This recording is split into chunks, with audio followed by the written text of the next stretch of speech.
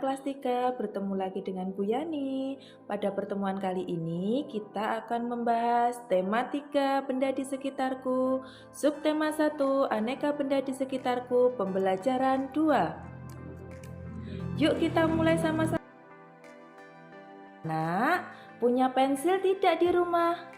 Pensil itu bahannya dari apa sih? Benda apa saja di sekitarmu yang bahan pembuatannya sama dengan pensil? Benda terbuat dari berbagai bahan dasar. Mari kita pelajari bahan pembentuk benda. Kayu adalah bagian dari pohon. Untuk memperoleh kayu, kita harus menebang pohon.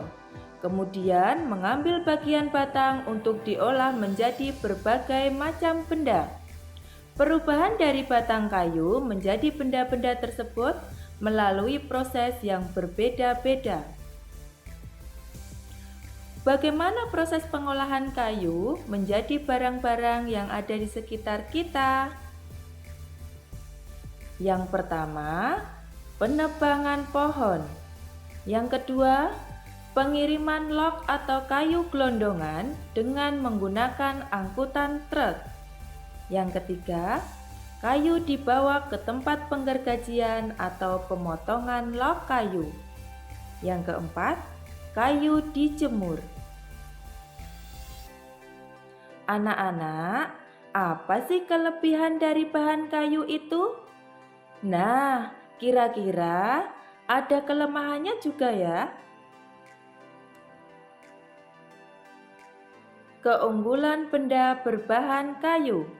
Yang pertama, mudah dibentuk. Yang kedua, beberapa benda yang terbuat dari kayu jati dapat bertahan sampai puluhan bahkan ratusan tahun. Kelemahan benda berbahan kayu. Yang pertama, tidak tahan api sehingga mudah terbakar.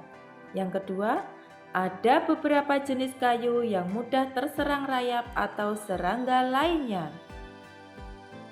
Nah, di sini berbagai macam contoh benda-benda yang terbuat dari kayu. Ada meja dan kursi dari kayu, daun pintu dari kayu, pintu dari kayu, peralatan dapur dari kayu, dan lain sebagainya. Sekarang, yuk berdiskusi. Desa tempat tinggal Siti dan teman-teman mempunyai hutan. Di dalam hutan tersebut terdapat beraneka jenis pohon. Fungsi hutan antara lain untuk menyerap air hujan. Hutan menyimpan air hujan tersebut dalam jumlah yang banyak. Namun, ketika hutan dikunduli, membuat aliran air terganggu. Hal ini mengakibatkan air menggenang. Akhirnya, terjadi banjir yang mengalir ke pemukiman penduduk. Kebutuhan benda dari kayu yang terus meningkat mengakibatkan kebutuhan akan bahan kayu terus meningkat. Setiap tahun, banyak pohon yang ditebang untuk mendapatkan kayu. Terkadang, ada sekelompok orang yang menebang pohon tanpa izin. Kegiatan ini disebut penebangan liar. Semakin lama, jumlah pohon di hutan semakin berkurang. Nah, setelah kalian berdiskusi, kira-kira upaya apa yang dilakukan untuk menanggulangi penebangan hutan secara liar? Nah, salah satunya adalah pemerintah harus memberikan sanksi yang tegas terhadap para penebang liar. Cara mengembalikan hutan seperti semula perlu dilakukan penghijauan pada hutan gundul, dikenal dengan istilah riboisasi. Sekarang yuk ice breaking, kita bernyanyi bersama-sama ya.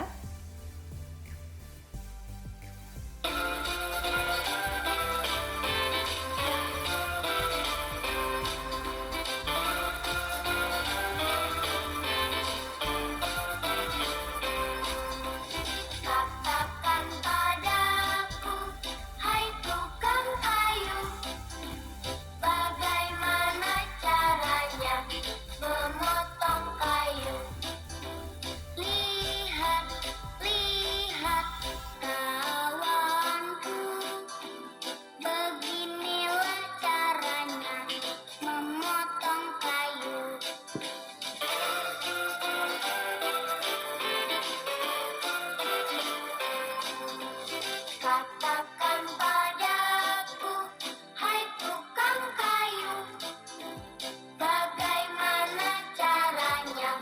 memotong kayu. Lihat, lihat kawanku, beginilah caranya memotong kayu.